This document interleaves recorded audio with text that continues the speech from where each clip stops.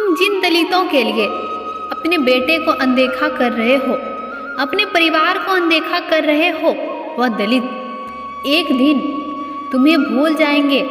ये शब्द थे बाबा साहब अम्बेडकर के इकलौते जीवित बेटे यशवंतराव अम्बेडकर के। जिस तरह से बाबा साहब आज इतिहास के पन्नों में स्वर्णिम अक्षरों में जाने जाते हैं, वैसी पहचान उनके बेटे को नहीं मिली। एक तरफ बाबा साहब दलितों के मसीहा थे, तो वहीं उनका अपना ही बेटा उनसे जीवन भर नफरत करता रहा। यह नफरत इतनी थी कि दोनों एक साथ एक छत के नीचे तक नहीं रहते थे। लेकिन सवाल यह है कि आखिर क्यों बाबा साहब के इकलौते बेटे उनसे नफरत क्यों करते थे? क्यों उनके खुद के बेटे बाबा साहब की दलितों की लड़ाई को बिना आधार का मानते थे? आज हम बाबा साहब और उनके बेटे यशवंतराव अम्बेडकर के उस रिश्ते के बारे में बात करेंगे, जिनके बारे में काफ़ी कम चर्चा की जाती है। तो फ्रेंड्स, आइए जानते हैं। बाबा साहब की पहली शादी रामाबाई अम्बेडकर से 1906 में हुई थी। उस वक्त अम्बेडकर 15 साल के थे और रामाबाई 9 साल की थी। शादी के करीब 6 सालों के बाद 1912 ईस्वी में यशवंतराव अम्बेडकर का जन्म हुआ था। इसके बाद अम्बेडकर और रामाबाई के 4 और संतानें हुई, 3 बेटे और 1 बेटियां। शादी के बाद भी अम्बेडकर अपनी पढ़ाई जारी रखा था, लेकिन अपनी पढ़ाई के दौरान वह अपने परिवार और बच्चे की जिम्मेदारी को भूल गए। अम्बेडकर बचपन से ही बागी प्रवृत्ति के थे, जिनके कारण ही उन्होंने दलितों के उत्थान के लिए और उन्हें बराबरी का हक दिलाने के लिए सवर्णों से युद्ध जारी रखा। मगर वो ये भूल गए कि दलितों के भले के बारे में सोचने के अलावा भी उनका परिवार है, उसके प्रति भी उनका कुछ जिम्मेदारी थी। परंतु वह इस बात को भूल गए थे। इस वजह से नाराज थे उनके बेटे। यशवंतराव के जन्म के बाद रामाबाई ने जितनी भी संतानों को जन्म दिया, वह सभी कुछ समय के बाद भूख और बीमारी से मर गए, जिसका गुस्सा यशवंतराव में धीरे धीरे भरने लगा। हद तो तब हो गई जब उनके सबसे छोटे बेटे राजरत्न की डबल निमोनिया के कारण मौत हो गई थी और बाबा साहब उस वक्त अपने बेटे के शव को शमशान ले जाने के बजाय दलितों के लिए बनाए गए गोलमेज सम्मेलन में गए थे।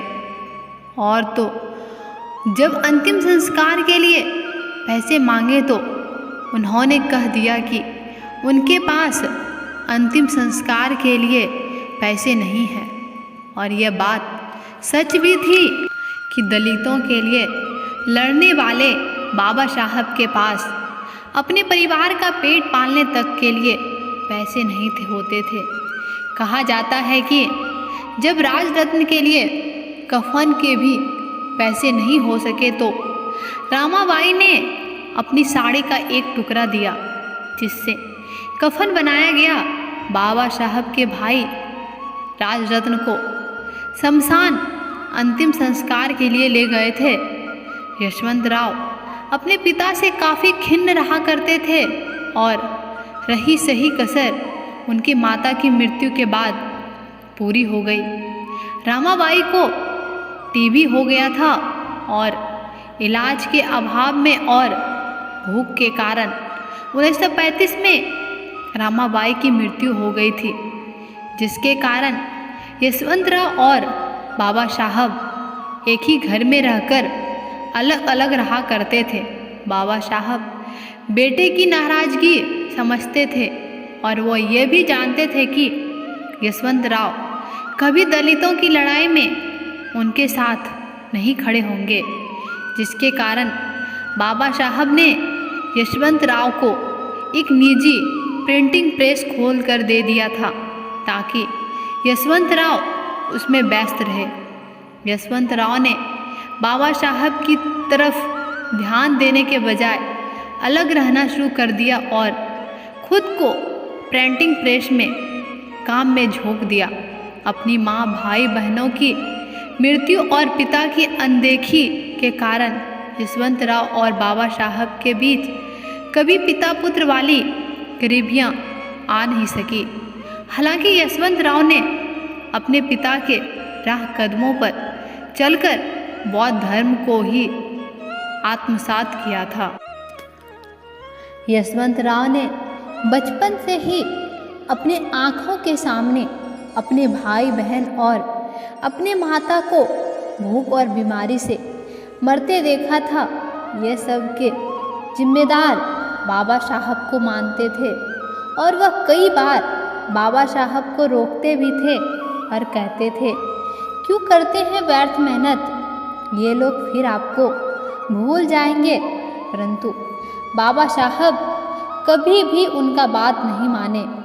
यह देखकर यशवंत राव समझ गए कि बाबा साहब अपनी जान दे देंगे लेकिन दलितों को उनका अधिकार दिला के रहेंगे। यशवंत ने अपनी आँखों से देखा था कि उसका पिता तो स्कॉलरशिप पे कोलंबिया में पढ़ रहा है और मुंबई जैसे बड़े शहरों में घर का खर्च चलाने के लिए उसकी माता गोबर के उपले बना बना के बेचती है। उसने देखा कि उसकी माँ अपने बच्चों के इलाज के लिए अपने रिश्तेदार से बार बार वित्तीय सहायता हेतु विनती करती है और रिश्तेदार इधर उधर के बहाने बनाकर टाल देते हैं। तब वह अपने पिता को कोसता था। वह कहता था, क्यों करते हैं मेरे माता को दुखी, क्यों करते हैं दूसरों के लिए अपने परिजन को दुखी। अपने माता को भूख और बीमारी से दम तोड़ते देख उनके मन में बाबा साहब के प्रति काफ़ी करवाहट पैदा हो गई और वह जीवन भर अपने पिता से नफरत करते हैं। धन्यवाद फ्रेंड्स, आपको ये वीडियो कैसी लगी कमेंट कर ज़रूर बताएं। इसी तरह से बाबा साहब से रिलेटेड वीडियो देखने के लिए हमारे चैनल को सब्सक्राइब करें और वीडियो को लाइक एंड शेयर करें।